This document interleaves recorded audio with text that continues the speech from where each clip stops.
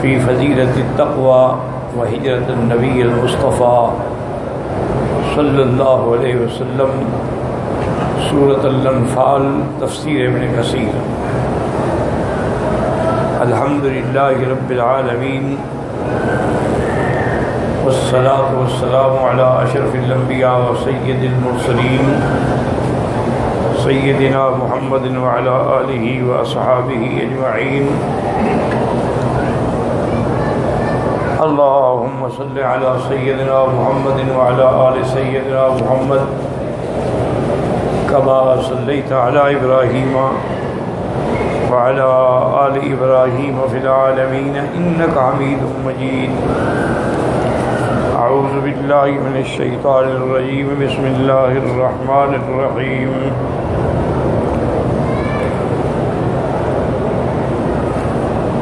يا أيها الذين آمنوا إن تتقوا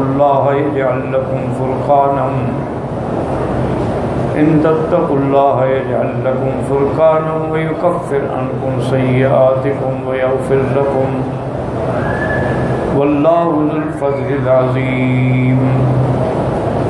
وإذ يمكر بك الذين كفروا ليثبتوك أو يقتلوك أو يخرجوك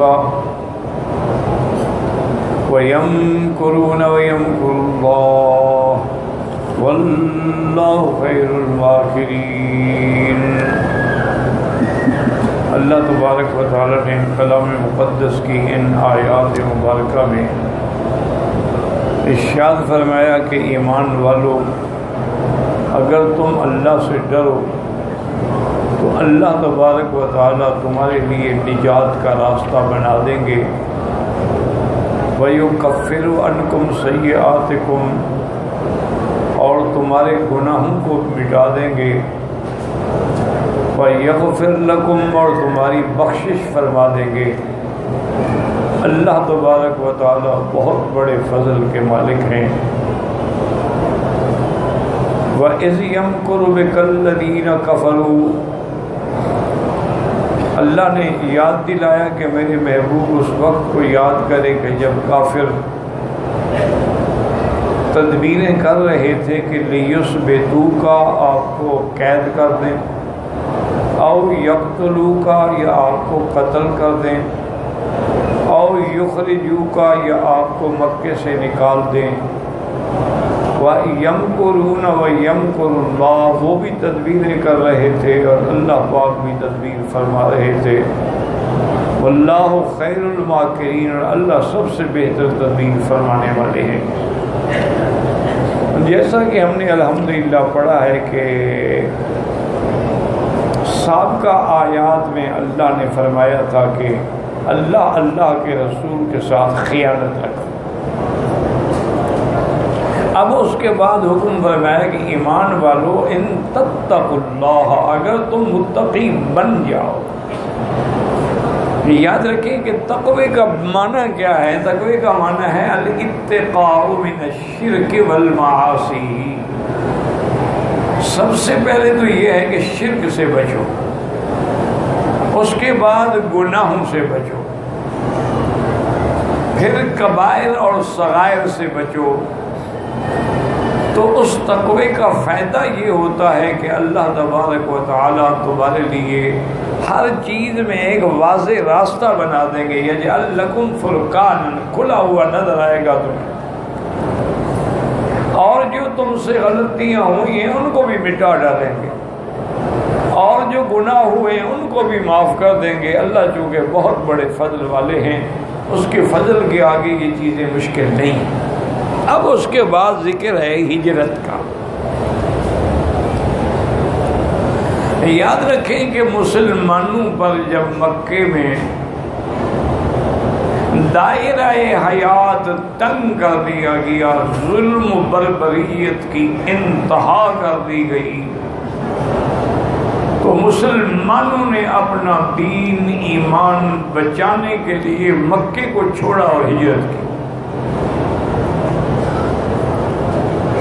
اور انہوں نے ہجرت کی حبشہ کی طرف، چونکہ حبشہ کا بادشاہ جو تھا وہ بڑا منصف اور عادل مزاج آدمی تھا، نجاشی۔ کچھ مسلمانوں نے ہجرت کی مدینہ منورہ کی طرف، اور پھر وہ جو حبشہ میں تھے انہوں نے بھی ہجرت کی مدینہ منورہ کی طرف۔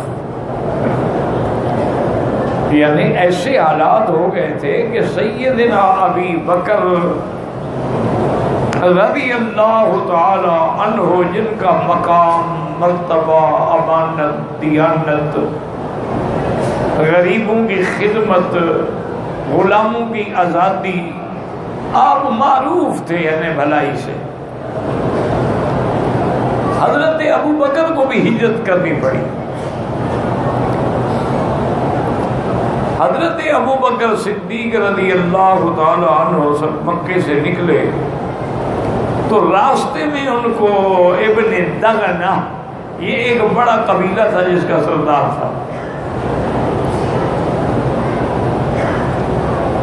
وہ ملا۔ اس نے کہا کہ الا این یا ابی بکر، نبی بکر کہاں جا رہے ہو؟ کہا مکے والوں نے تنگ کر دیا ہے، میں مکہ چھوڑ کے جا رہا ہوں۔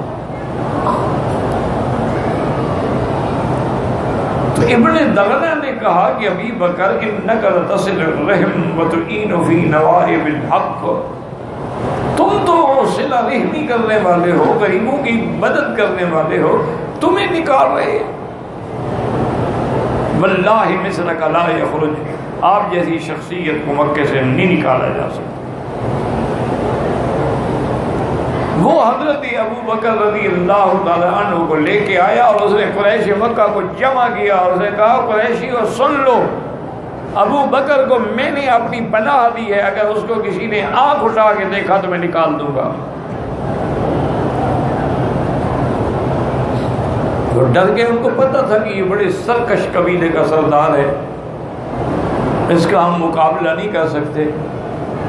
تو انہوں نے کہا کہ ابن دغنہ تمہاری بات کا کون انکار کر سکتا ہے، تم نے امان دے دی ہے، بس بات ختم ہو گئی، لیکن ابو بکر سے ایک درخواست کرو کہ وہ جو قرآن پڑھتے ہیں اور نمازیں پڑھتے ہیں وہ گھر میں پڑھیں، لوگوں کے سامنے نہ پڑھیں،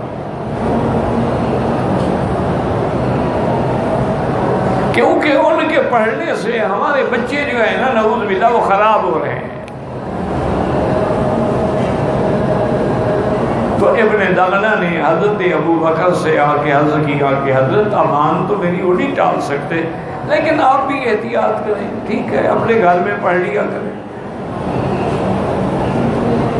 حضرت ابو بکر نے بھی بات مان لی۔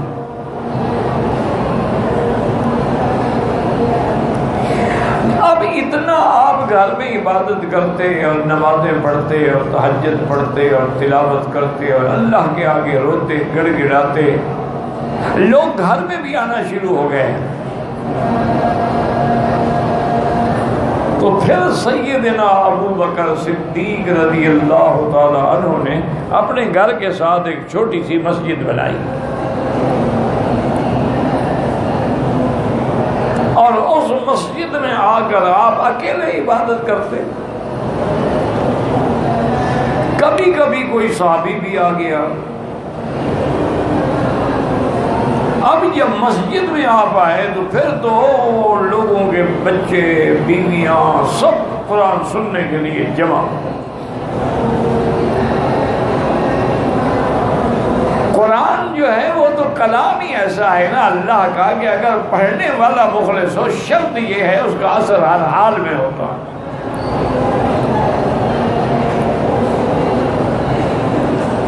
شرط یہ ہے کہ ہماری زبانیں پاک ہوں، ہمارا لباس پاک ہو، بدن پاک ہو، اور اللہ کی رضا کے لیے ہم قرآن پڑھیں، تو یہ تو ممکن ہی نہیں ہے کہ اس کا اثر نہ ہو۔ تو مکے والوں نے مل کے پھر ابن دغنہ سے جا کے بات کی کہ بھئی ابو بکر نے تمہارا وعدہ توڑ دیا ہے، ہم نے تو اس کو پناہ دی تھی اس لیے کہ وہ گھر میں عبادت کو، تو انہوں نے مسجد بھی بنا دی ہے۔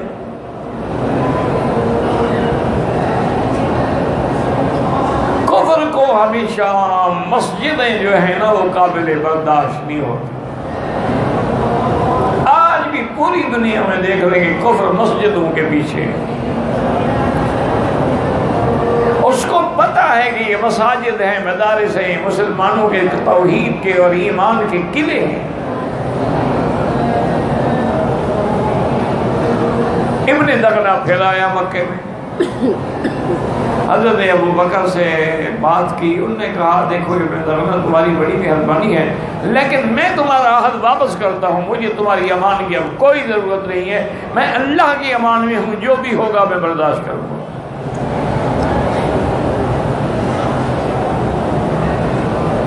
ابن دغنہ بھی چلا گیا۔ یہ اسی دور کا واقعہ ہے کہ کفار نے دار الندوہ میں، یہ باب الفتح کی طرف ایک مقام تھا دار الندوہ، معنی یہ ہے اصل میں نادی ندوہ یہ سب اس کو کہتے ہیں کہ جہاں بیٹھ کے قومیں مشورے کرتی ہیں، جیسے آج کل آپ کلب کہتے ہیں، یہ وہ نادی ہے۔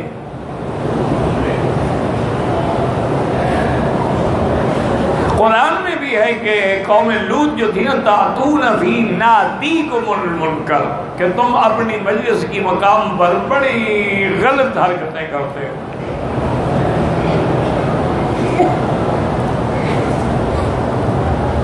نعوذ باللہ قوم لوط کے اعمال خبیثہ اور سیئہ میں یہ بھی تھا کہ لڑکے جو تھے خوبصورت وہ عورتوں کا لباس پہنتے تھے، اسی طرح میک اپ سنگار کرتے تھے، اسی طرح ناز و نخرے سے چلنے کی کوشش کرتے تھے جیسے عورتیں ناز و انداز سے چلتی ہیں۔ اور دوسرا ان میں منکر یہ تھا کہ جو بھی راستے میں کوئی مسافر گزرتا اس کو پتھریاں مارتے تھے، پھر ہنستے تھے۔ اور یہ بھی ان میں منکر تھا کہ وہ اسی اپنے مقام مجلس میں ہم جنسی یعنی مرد سے بدفعلی کرتا تھا اور ایک دوسرے کے سامنے کرتے تھے۔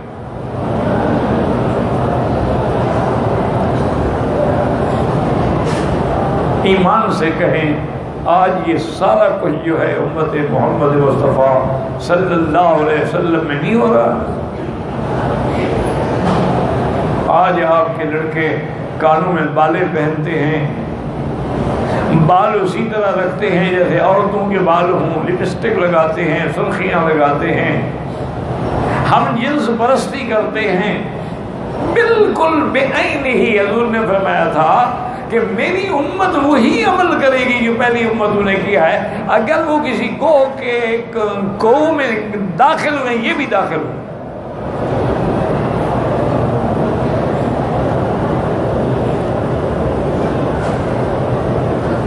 دار الندوہ جو ہے وہ ایک بہت بڑی جگہ تھی، اس کا بڑا آگے صحن تھا، بڑا میدان تھا، جو سیدنا امیر معاویہ رضی اللہ تعالیٰ عنہ نے اپنے دور خلافت میں 2 لاکھ درہم میں خرید کر کے مسجد الحرام کی توسعہ میں ڈال دیا۔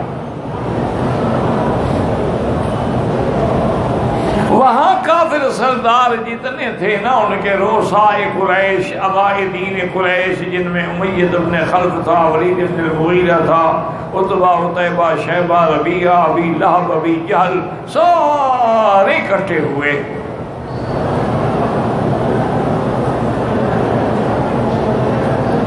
بعض روایات میں یہ بھی آیا ہے کہ ابلیس لعین جو تھا نا، وہ تو ایسے موقعوں میں انتظار میں ہوتا ہے نا، وہ بھی ایک سردار کے لباس میں، اس کی شکل میں وہ بھی آ گیا کہ جی میں بھی آپ کے ساتھ ہوں۔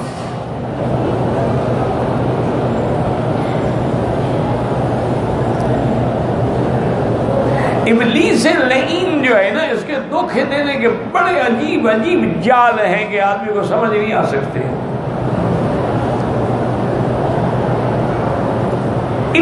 اللہ بچا لے۔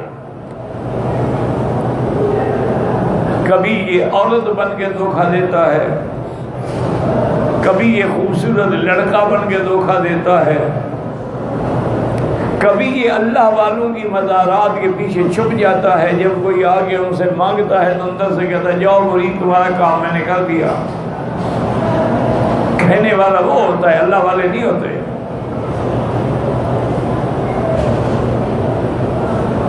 اگر موت کے بعد اللہ والے کسی کا کام کر دیتے تو سب سے پہلے تو حضور پاک کرتے، پھر صحابہ کرتے، اولیاء کا مقام تو بعد میں آتا نا۔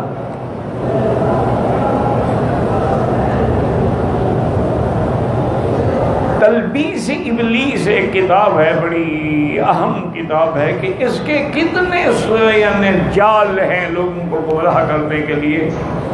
عالم کو علم کے ذریعے دھوکہ دیتا ہے، جاہل کو جہل کے ذریعے دھوکہ دیتا ہے، پیسے والے کو دولت کے ذریعے دھوکہ دیتا ہے، عیاش اور خبیث لوگوں کو عورت اور لڑکا بن کے اس پہ منشیات میں مبتلا کرتا ہے، اور ایسا بدبخت ہے کہ جب وہ بالکل مدہوش ہو جائے گا وہ خود بھاگ جائے گا۔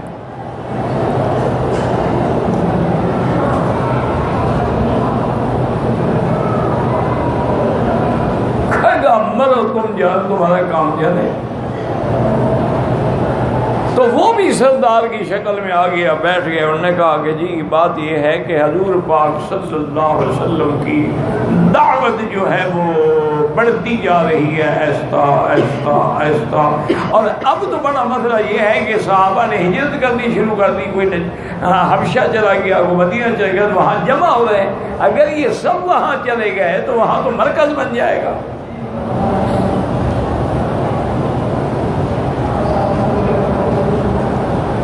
اس کا ہمیں حل کرنا چاہیے تھا۔ ایک تھا ان میں ابو البختری،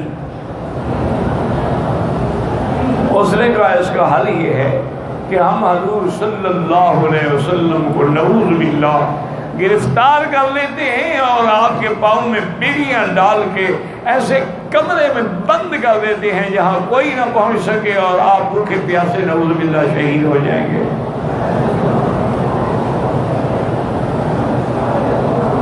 تو کہتے ہیں کہ وہ جو بیٹھا تھا نا ابلیس ملعون، اس نے کہا بئس ما قلت، تمہاری تجویز بالکل غلط ہے، تم حضور کو گرفتار کر لو گے اور پروانے خاموش رہیں گے، وہ مر جائیں گے یا ماریں گے۔ یہ تجویز آپ نہیں گرفتار نہیں کر سکتے۔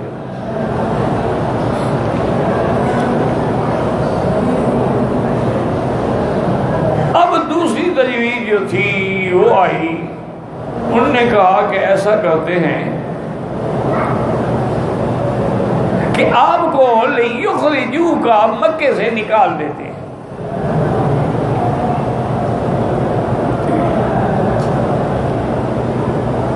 تو اس نے ابو البختری ہو جو ابلیس میں، اس نے کہا نہیں یہ بھی غلط بات ہے، آپ نکال دیں گے۔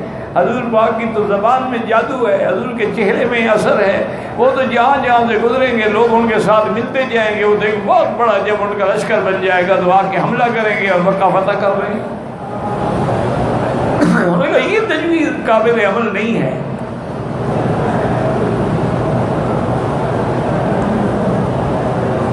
تو اب ابھی جہل لعنت اللہ علیہ نے کہا بھائی بات سنو، یہ ساری تجویزیں ایسے بچوں والی تجویزیں کر رہے ہو، یہ باتیں غلط ہیں۔ ہمارے پاس بڑے قبیلے ہیں جو ہمارے حلیف ہیں، ہر قبیلہ ہمیں ایک نوجوان جنگجو مسلح آدمی دے تو ہم تقریباً یعنی 60 آدمی نوجوان مسلح بن جائیں گے۔ حضور پاک کے گھر کو گھیرا ڈال لیں، رات کو جب حضور نکلے تو آپ کو شہید کر دیں، بات ہی ختم کرو نا۔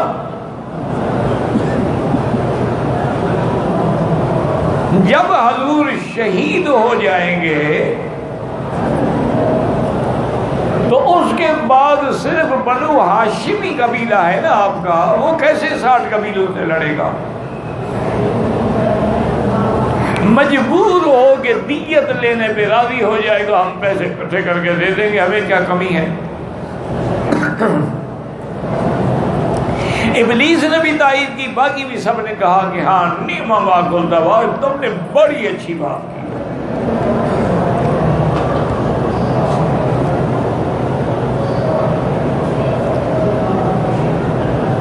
یہاں پر یہ تجویزیں ہو رہی ہیں، اتفاق ہو رہے ہیں، اور اللہ نے حضور پر وحی نازل کی، اور اللہ نے حضور کو خبر دی کہ کافر کیا مشورہ کر رہے ہیں، اور ہمارا حکم یہ ہے کہ آپ ہجرت کریں۔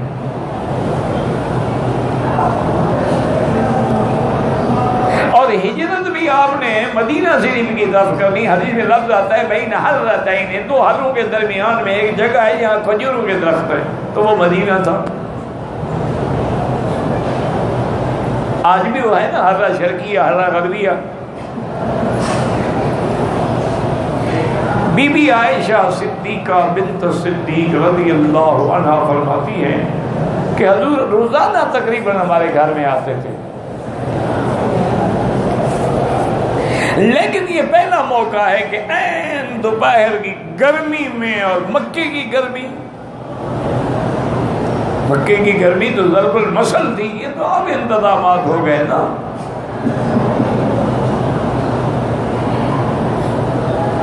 ورنہ مکے کی گرمی کا برداشت کرنا وہ ہر آدمی کے بس میں نہیں ہوتا تھا۔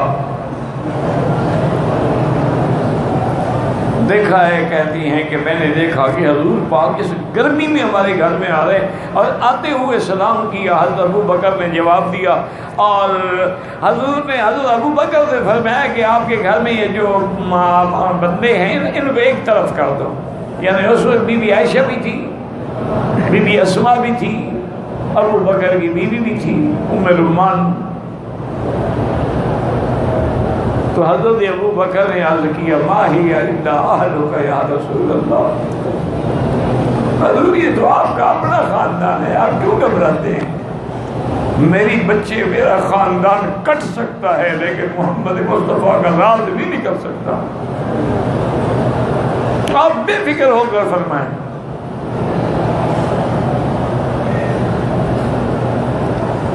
حضور نے فرمایا ابو بکر ان اللہ امرنی، اللہ نے مجھے ہجرت کا حکم دے دیا ہے،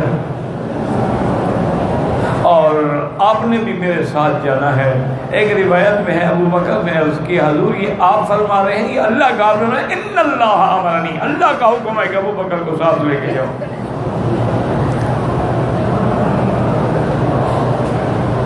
حضرت ابو بکر نے عرض کیا کہ یا رسول اللہ صلی اللہ علیہ وسلم، میں نے تو کچھ عرصہ پہلے خواب دیکھا تھا کہ ہم ہجرت کریں گے اور میں بھی آپ کے ساتھ ہوں۔ میں نے 2 اونٹنیاں ماشاءاللہ بڑی اعلیٰ نسل کی اونٹنیاں جو ہے نا، ان کو ککر کے پتے کھلا کھلا کے بڑا تیار کیا ہوا ہے سفر کے لیے۔ آپ نے فرمایا ابو بکر نہیں، میں مفت نہیں لوں گا، اس کی قیمت کا۔ تو حضور میرا مال ہوگا؟ نہیں، یہ ہجرت کا مسئلہ ہے، ہجرت فرض ہے، اور میں نہیں چاہتا کہ میرے ثواب میں کوئی کمی ہو، تو لہذا 800 درہم پر حضور نے ایک اونٹنی خرید لی۔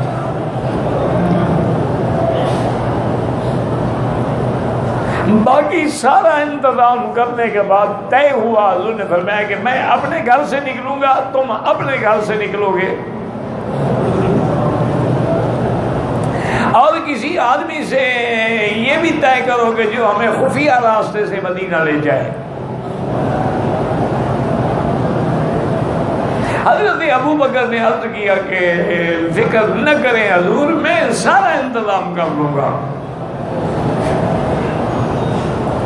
حتیٰ کہ بی بی عائشہ کہتی ہیں کہ ہم نے آپ کے لیے زاد راہ جو تیار کیا نا جی، ستو ہیں، کچھ چنے ہیں، کچھ چیزیں ہیں، اور اپنا جو ہم نے وہ بوری بنائی تو باندھنے کے لیے گھر میں رسی نہیں تھی، تو میری بہن اسما نے اپنا ازار بند جو تھا نا اس کو ایسے درمیان میں چیر کے رسی بنایا اور تھیلے کا سر باندھ دیا۔ اسی وجہ سے آپ کا لقب پڑا ذات النطاقین، جو قیامت تک حدیثوں میں پڑھا جائے گا۔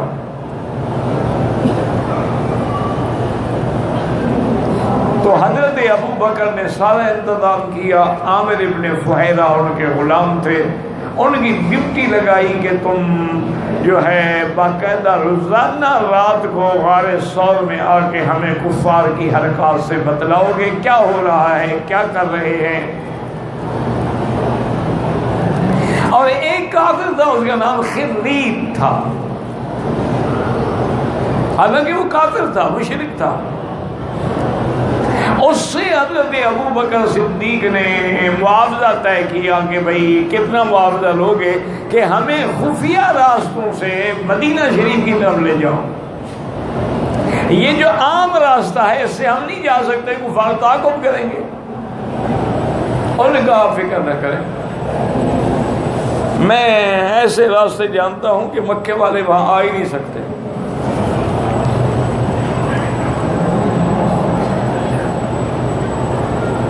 اور حضرت کے بیٹے جو ہیں ابو بکر، حضرت عبداللہ ابن ابی بکر، ان کے ذمے یہ تھا کہ وہ بکریاں چلاتے تھے کہ تم شام کو بکریاں لے کے اسی جگہ آؤ اور ہمیں دودھ بھی پہنچاؤ، اور نقش قدم جو آثار ہیں ان کو بکریاں چلا کے مٹا ڈالو.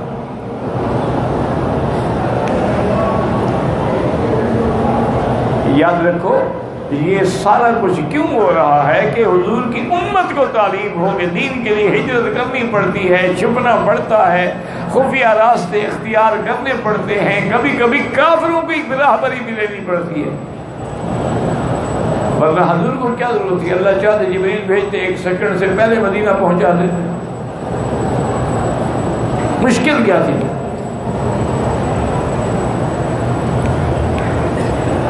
حضور صلی اللہ علیہ وسلم اپنے گھر میں تھے اور آپ نے حضرت علی کو بلایا رضی اللہ عنہ اور فرمایا کہ علی تمہارے ذمہ 2 کام ہیں. ہم تو ہجرت کر رہے ہیں، ابو بکر میرے ساتھ ہے، ہم جا رہے ہیں، لیکن تم نے بعد میں آنا ہے مدینے. ابھی 2 کام ہیں تمہارے ذمہ. ایک تو میرے پاس امانتیں ہیں قریش کی، ان سب پر ان کے علامات اور نام لکھے ہوئے ہیں. یہ ہمارے جانے کے بعد تم مکے والوں کو ان کی امانتیں پہنچا دینا. وہ یہ نہ کہیں نعوذ باللہ کہ حضور ہمارا مال لے گئے.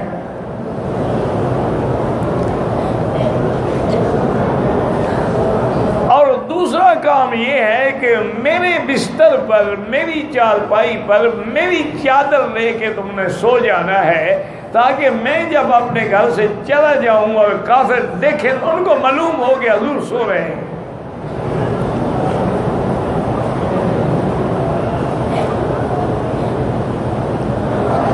حضور صلی اللہ علیہ وسلم اٹھے اور آپ نے زمین سے مٹی کی ایک آپ مٹھی بھری اور اس کے بعد کچھ پڑا بھی اور پھینکا. شاہت الوجوہ، شاہت الوجوہ، شاہت الوجوہ. کافر تمہارے منہ سڑ جائیں، برباد ہو جائیں، داغدار ہو جائیں. آپ نے جب مٹی پھینکی نا، اللہ کی شان یہ ہے کہ وہ مٹی سارے کافروں کے سروں پہ بھی پہنچی، آنکھوں میں بھی پہنچی اور ان میں نیند کا غلبہ ہو گیا. اور حضور آرام سے گھر سے باہر تشریف لے. اسی کو اللہ نے فرمایا تھا وَمَا رَمَيْتَ إِذْ رَمَيْتَ وَلَكِنَّ اللَّهَ رَمَى. میرا مدری وہ آپ نے مٹی نہیں پھینکی، وہ تو ہم نے پھینکی. آپ نے تو ایسے پھینکی، ہم نے ہر طرف پہنچائی، یہ ہمارا کام ہے. حضرت ابو بکر راستے میں انتظار کر رہے ہیں. حضور صلی اللہ علیہ وسلم یہی راستہ ہے جو آج بھی شارع ابی بکر کے نام سے معروف ہے. اسی میں ابو بکر کا گھر تھا، اسی میں ابو بکر کی مسجد تھی چھوٹی سی.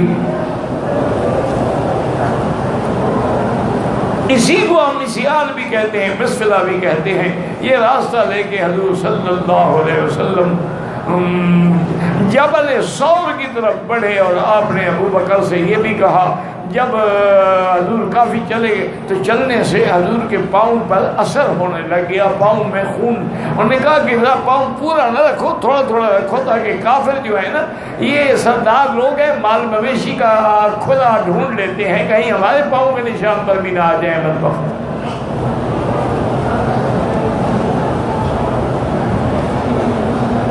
حضرت علی حضور کے بستر پہ سوئے ہوئے ہیں اور کافر باہر مسلح کھڑے ہوئے ہیں.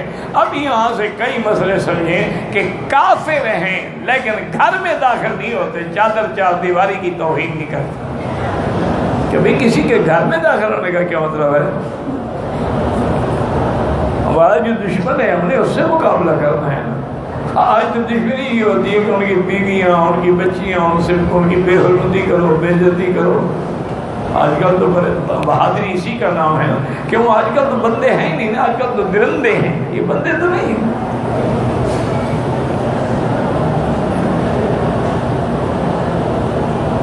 اور اس سے بعد روافض نے یہ بھی دلیل پکڑی کہ حضور نے اپنی زندگی میں امانتیں جو ہیں وہ حضرت علی کے سپرد کی ہیں، یہ دلیل ہے کہ آپ نے ان کو اپنے بعد امین بنایا اور خلیفہ بنایا، اور اپنے تخت پہ، اپنے بستر پہ، اپنے چارپائی پہ ان کو لٹایا، تو یہ دلیل ہے حضرت علی کے خلافت کی۔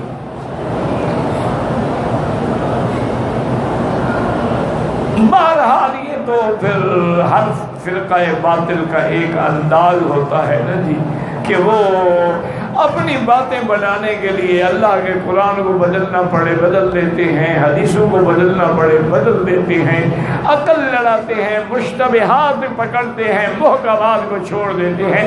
اللہ کے بندے، اگر ان امانتوں سے علی کی خلافت ہے تو اللہ نے اپنی امانت تو ابو بکر کے سپرد کی ہے۔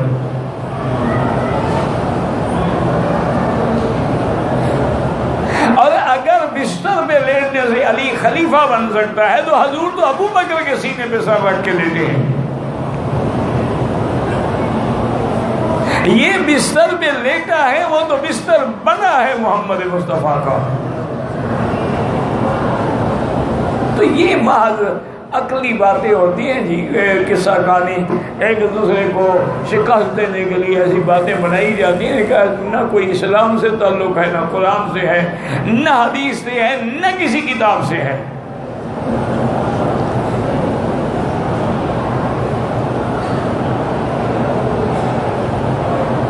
اب سیدنا ابی بکر رضی اللہ تعالی عنہ جب جبل ثور کے قریب پہنچے تو انہوں نے دیکھا کہ حضور پاک کے پاؤں مبارک خون سے بھر گئے ہیں، تو انہوں نے کہا کہ یا رسول اللہ میں برداشت نہیں کر سکتا، میں بیٹھ جاتا ہوں، آپ میرے کندھے پہ سوار ہوں۔ حضور ابو بکر کے کندھے پہ سوار ہوئے اور ابو بکر اٹھا کے پہاڑ پہ چڑھ گیا۔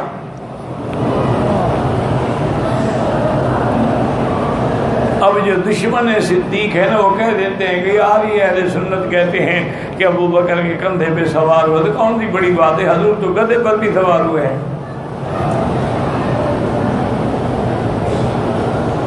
لیکن وہ جاہل نہیں سمجھتے، ہمارا ایمان ہے کہ حضور گدھے پر بھی سوار ہوئے ہیں، گھوڑے پر بھی سوار ہوئے ہیں، اونٹ پر بھی سوار ہوئے ہیں، تو ہمارا ایمان ہے کہ جس اونٹ پہ حضور سوار ہوئے ہیں وہ دنیا کے اونٹوں میں افضل ہے، اور جس گدھے میں سوار ہوئے ہیں وہ دنیا کے گدھوں سے افضل ہے، اور جس بندے میں سوار ہوئے ہیں وہ بندہ ساری کائنات کے بندوں سے افضل ہے۔ ہمارا ایمان ہے۔ اسی لیے سیدنا علی رضی اللہ تعالی عنہ سے جب پوچھا گیا تھا کہ سب سے بڑا بہادر کون ہے، انہوں نے فرمایا ابو بکر ہے۔ انہوں نے کہا حضرت آپ سے بھی بہادر ہے، آپ تو بدر علیہ السلام ہیں۔ انہوں نے کہا کہ ہاں، کعبۃ اللہ میں حضور نے میرے کندھے پہ پاؤں رکھا کہ میں کھڑے ہو کر اوپر تصویریں مٹا ڈالوں، ابھی آپ نے ایک پاؤں کا بوجھ دیا، تو میں نے کہا قط یا رسول اللہ میں نہیں برداشت کر سکتا، تو میں تو حضور کا ایک پاؤں برداشت نہ کر سکا۔ بہادر تو وہ ہے جسے حضور کو کندھے پہ بٹھایا اور غار پہ پہنچ گیا۔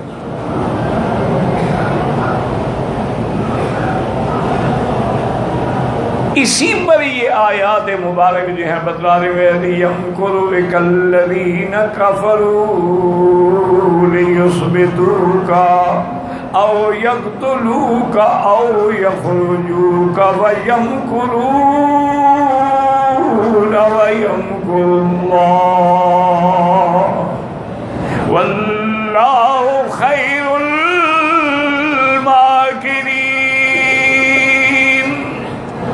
زندگی باقی تو بات باقی۔ اللہ اکبر، اللہ اعلم۔